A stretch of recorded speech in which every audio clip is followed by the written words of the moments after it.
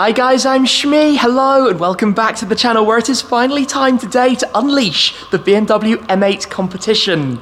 Now a couple of weeks ago I took the M8 back to M-Town, the home of BMW M near Munich, where it had its oil change inspection service at the end of the running in process and also received a number of M Performance parts upgrades, including the grille and the side skirts and more inside, but one of them I never actually showed you. Today we will take a look at that. But having now completed its run-in, it is ready to be driven. So I'm going to take it for a drive out onto the Autobahns up towards the Nürburgring to see if we get the opportunity to put the foot down and then to do its first laps on the famous green hell, the Nürburgring Nordschleife. Now the mileage has significantly increased because Schmark 150 has been borrowing it since the run-in. I've not actually driven it once, so I can't wait to get out on the roads to put the foot down and to enjoy the M8. So let's have a quick look at the thing that I didn't show you before, get on the road and go to the Nürburgring. At the moment, of course, the Ford GT and the M8 are parked side by side. I'm not going to lie, I don't think particularly these two colour schemes complement each other all that well. The GT is one of the cars I have driven around the ring in recent weeks. In fact, I think up to this point, I've probably, since I came back over to Germany a few months ago, driven maybe 6 cars on the ring. The SLS Black Series, the Supra from Fabi Baby, the GTR Pro, Robert Mitchell's Pista, the Ford GT. I've definitely missed one. Yes, the Saturn Cruise M2 CS, and now the M8 Competition as well. Car number 7. This car is looking, well, a little bit splattered in bugs, thanks to all of the mileage it's been doing. I think it's been down to some mountain passes and the likes with Schmark 150 being the manager of Shmee 150. But let me show you the M Performance parts option that I neglected to show before that a few of you noticed. Firstly, we do get a nice look at that extra gift that they did installing the Shmee 150 puddle light illumination down there, but I didn't show you what we have in the engine bay. The additional extended carbon fibre covers, which in here do look lovely. So this main panel back here was on the original order, one of the original options, but these are the additional M Performance parts, these 3 extra covers that complement it really nicely. That looks fantastic. The 4.4 litre twin power turbo V8, 625 horsepower in the competition. Now closing the bonnet is always a little bit difficult because you do need to make sure it closes and gets a firm press, but I think we should get straight on the road, take this car out. It takes about an hour and a half, an hour and 3/4 to get up to the Nürburgring. Let's bring it into life and let's go. You might remember from the past that I've said when coming out of Frankfurt you get so quickly onto the de-restricted autobahns that often at that point the car isn't actually even yet warmed up. Well, we've now had some road works. I've just got to the end of that, onto the de-restricted sections, and I gather from Schmark 150, who has enjoyed this car plentifully out on the autobahns, that it's quite fun to drive. And of course I had the experience with the M5 in the past that I did a good 10,000 kilometers with. Now I'm not quite sure how he has M1 and M2 set up on this, but I can press setup and just see that. That looks good at the moment. Use some kick down. Yeah, it picks up. I mean, that's obviously the first time, or rather the quickest I've ever driven this car. It's only 170 kilometers per hour or so. If we go manual with the gear shifter, push that over to the side, get some noise out of it. Yeah, you can just tell instantly. Obviously, we've got the 4-wheel drive system. Maybe I'll pop it into 4-wheel drive sport for the ring later. We do have the MX drive, so we could technically go into 2-wheel drive, but I think I'm going to keep it 4-wheel drive for my first outing on the ring. Yeah, okay, that's 240 kilometers per hour, and it just glides. It's so smooth at that speed. So smooth and so quiet.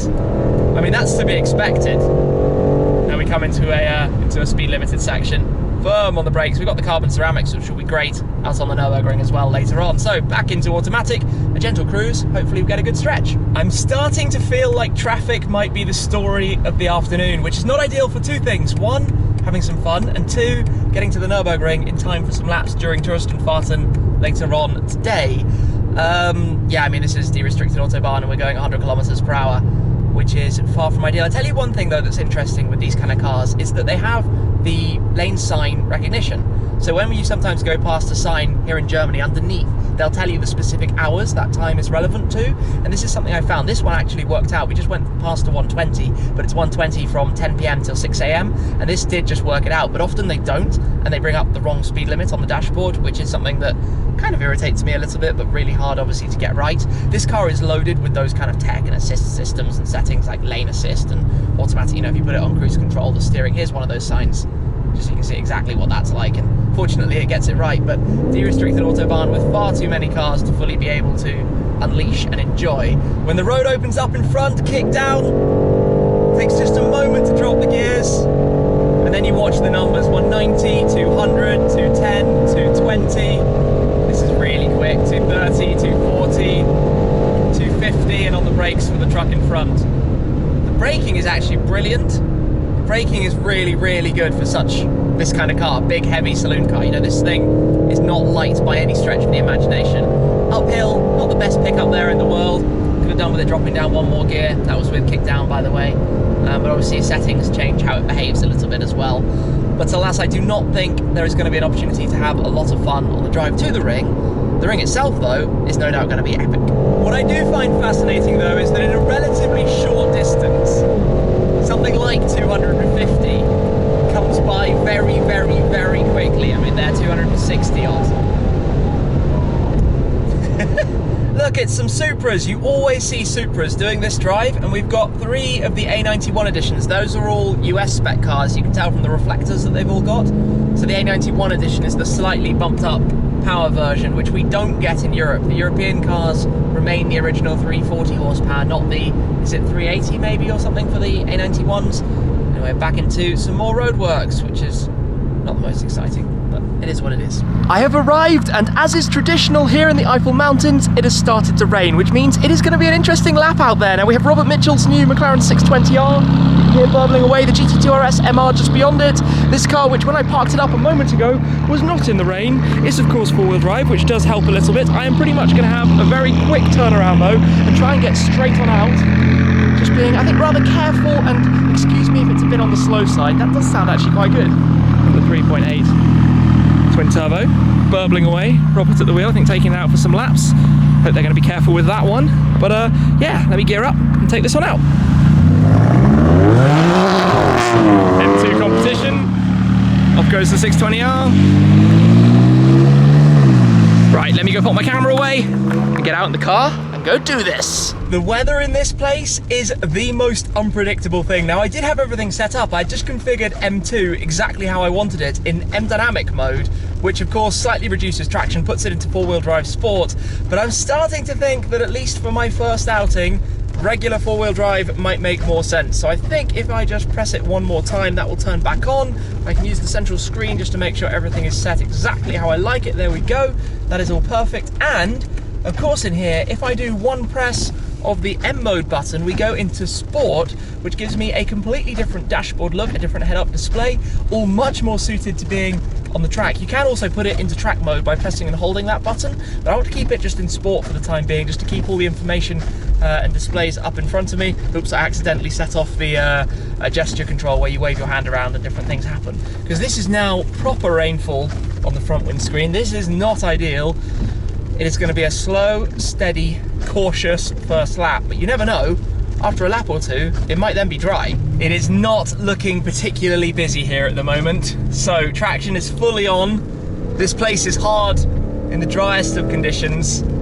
These are not ideal, but we'll head on out then. The small calming section and cone chicanes just here, and then with four-wheel drive fully down, let's put some power down and see what happens. Well, no slippage there at all.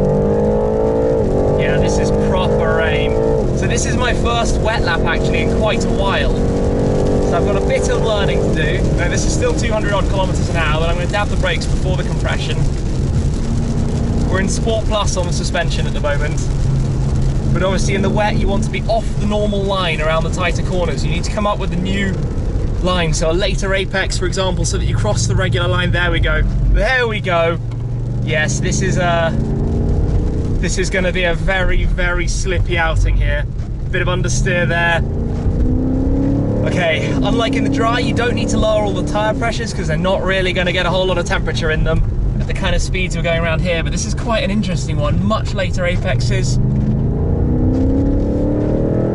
Starting to feel it slide around. I feel like if I put it into four-wheel drive sport, which I might try in a bit, just out of interest mostly, we'll start to feel a lot more almost slippage. Very, very wet track surface here. Goodness. This is a completely different experience, so excuse me while I take it very gingerly and warm up into this, because, yeah, here, that's on the edge, that's some understeer there. It might not look fast, but I can tell you, in these conditions, it's moving around. Whoa, okay. This is treacherous. It must look so slow, understeer there. Wow. Okay, on a slightly faster section. My mind is absolutely blown by how different it is in these conditions. Got some cars ahead, thank you to the Clio there. Kind of like my old Clio, but with a cage and fully set up for the place. So down here, if it was dry, we would be doing 250 plus, no question. I'm not necessarily sure that's about to happen. Over 200 just for fun, but on the brakes, because the off-camber Schwedenkreuz, this isn't a place I want to be carrying excessive speed. The thing is, the traction is what's so incredible. When I do put my foot down to accelerate, it gets a move on. As we come down towards Fuchsruhe, the foxhole, definitely going to slow down. This is a crazy experience, actually. Just completely different to driving it in the dry, because this is almost like a challenge, a skill, kind of being careful, knowing what you can do and what you can't. There, for example, traction massively kicking in. I mean, you're seeing from the steering wheel movements how little grip there is. I'm not trying to make it up or over exaggerate it, but this is bonkers. It's a completely different drive to normal. Completely different. So what does happen then if we do put it into four-wheel drive sport and dynamic mode, just to experiment and obviously take this super cautiously, especially overtaking, which of course is always on the left.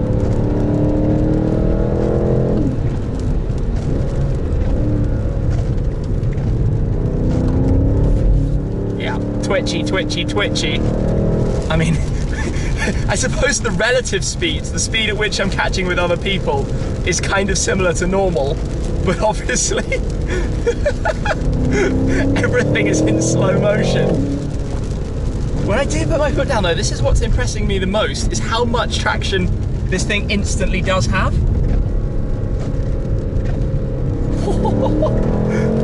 You have to leave extra space, it's just so slippy.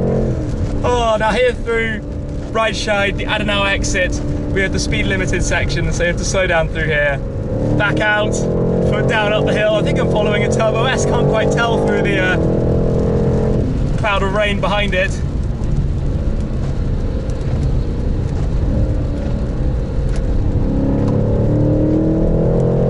In towards Bergberg.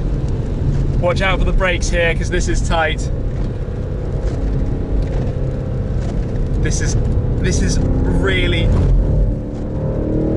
like, you can see how different this is to some of my previous laps. Totally different experience. During Touristenfahrten days, as you probably know, it's actually illegal to time. You can't run a lap timer. The reason for that is that obviously it's a public road. It's illegal to set yourself a time on a public road in pretty much every country around the world. But when I'm doing days on track days here, like with the GTR Pro, I'm normally about maybe 7.5 minutes, that kind of time around the track. This would be, if this was ever being timed, like 11, something like that. It's so cautious. I'm actually gonna let this Mini go through. What a beast. What an awesome machine. That's what I love about this place. Local number plate, he knows the wet lines. That thing is definitely running in a configuration that's appropriate to drive here, and I can learn. Look at the wide line around the corner here, around Stahlstrecke. That's the wet line. That's really helpful actually for me to learn from a local as we come into Carousel, and I think the rain is getting harder. Here we've got the banked concrete slabs. Obviously this rides it pretty well, even in Sport Plus damper setting. It's kind of funny actually being overtaken by an old Mini race car. But like I say, local knowledge, wet line, local knowledge. That's where it's at, and I can't take chances. This is my first time driving this car aggressively at all, and these are the conditions I'm choosing to do it in. Whoops. Okay, okay. At least we might come out of it with some nice photos from some of the photographers here. All the photos when Touristenfahrten and other events are taking place go on Race Tracker, where you can see your lap, you can search for your cars. It's a brilliant place to find where I often always get my pictures that I share of my laps, purchase them from the photographers, which is really, really cool and supports the local photographers as well. So, big fan of that. Through Wipperman, should we take some curves? Yeah, let's ride some curves just to see what it's like. Okay. It feels like it's on edge even though we're going so slowly.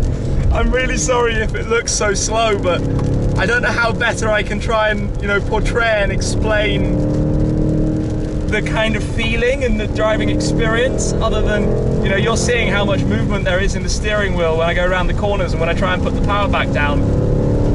We've got Pilot Sport 4S tyres, which are obviously a new modern tyre, but not a complete track tyre, not like a Sport Cup 2, which would be incredibly challenging around here. I just don't know where I'm going to have the grip and where I need to be a little bit more cautious.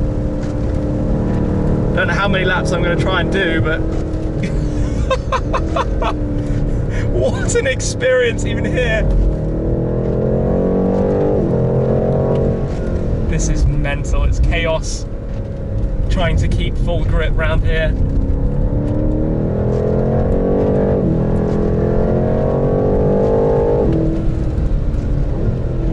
Firmly on the brakes then as we come back towards the end.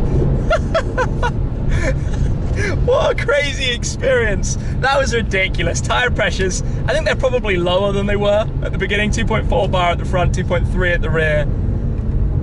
My word, that was hilarious. It looks like it's starting to get a little bit drier, and I'm going out again. This time we have the 620R that I think is going to be just in front of us. So with my camera, I have devised a little technique here. Open the door and then lean out. He says, there we go. Okay. Right, there we go. Vehicle is ready to drive. Thank you. Yes, it's confused that I opened the door. So close the message. We're in all the same settings at the moment. He says, no, we're in regular four-wheel drive. Let's put it into MDM, four-wheel drive sport. And yeah, 620R in front, which is kind of cool for a bonus lap. Just keep learning. Like I said, I think that was literally only my second ever wet lap here at the ring. So I've got a lot to learn. Taking it easy. I know what I've got to watch out for. Definitely here is where I can put down more power than he can, thanks to having the PS4Ss instead of Pirelli Trofeo Rs like the 620R. It does actually look already like the line is drying out. You can see that. Very different cars. He's obviously rear-wheel drive supercar. We're four-wheel drive super saloon. Oh, that's an interesting line, much later through there. Oh, very interesting. I can learn a lot here from Robert, obviously a man with a lot more experience than I have here. Really interesting, where he crosses the line. Okay, I see what's going on here. Has to be said, the 620R sounds fantastic on the downshifts. It gets epic cracks, a bit like the 675 LT. So we come down here, look at the spray. Oh goodness. Really, really learning some new lines and things though for me, and where to find some extra grip. I think with a bit more confidence, and I'm just going to take the curb, I would be going for a little bit of an overtake here, but for the time being I'm just happy to cruise and take it easy behind there. Some understeer. It's so slippy, it's so slippy. You're not allowed to drift here, obviously, it's a road after all, same rules apply, but it's quite hard to avoid it in these conditions. That is where we have the power, obviously four-wheel drive, much easier traction going up the hill than the Trofeo Rs could ever dream of imagining. Those are, well, semi-slicks effectively. As we come towards Bergberg, heavy braking zone, don't want to squirm into that wall in front of us. That would be no fun. Outside line. Oh, could probably go a little bit quicker on the PS4Ss. Yep, you see what I'm talking about. Small little dab of extra power. It could become trouble very quickly. Gotta watch out so much. I'm curious of the line that Robert's gonna make here and exactly how to take around this corner, because the last lap, okay, a fairly normal line. Yeah, and I feel that as well. The track's pretty dry there. Much wider around here though. Much wider. I think I can get away with it with the four-wheel drive. Back on the power towards a little carousel. Plates in.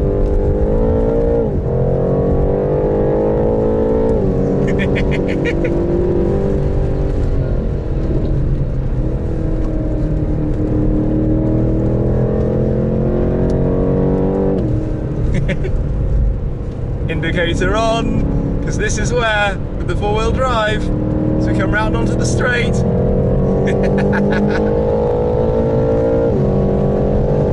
Amazing.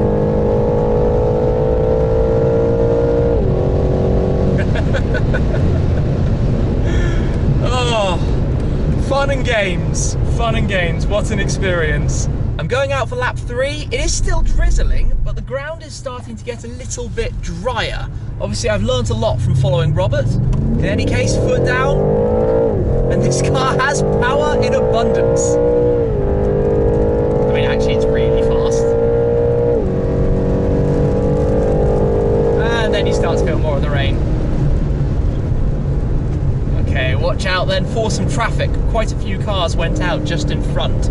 So I do need to be quite cautious for that right now. Wider line through here, cross the racing line. And one interesting technique I learned just talking more to Robert is if I brake later, I'll have more weight down on the nose of the car, which will help me experience less of the understeer that was plaguing me up to this point.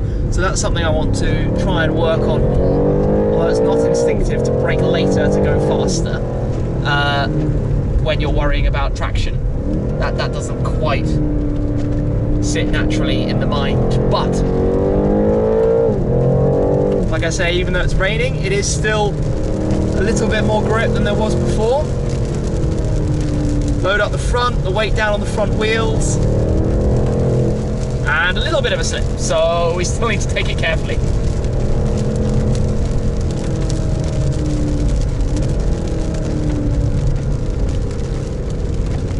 Don't go too early on the power, or that happens. To the carousel. Load up the front end as we come in and ride it round. I feel like I'm on a roller coaster here. Trying my hardest to keep it on the dry areas.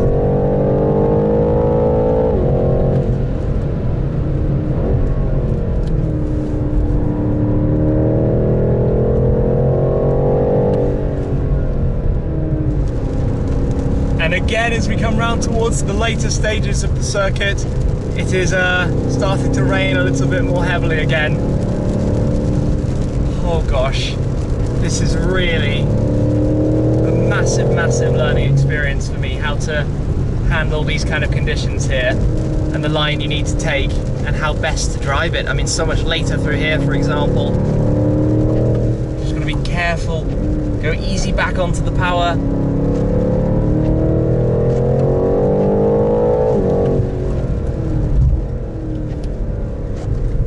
Little carousel, then we'll have Galgenkopf, and then we will be out to the end of the lap.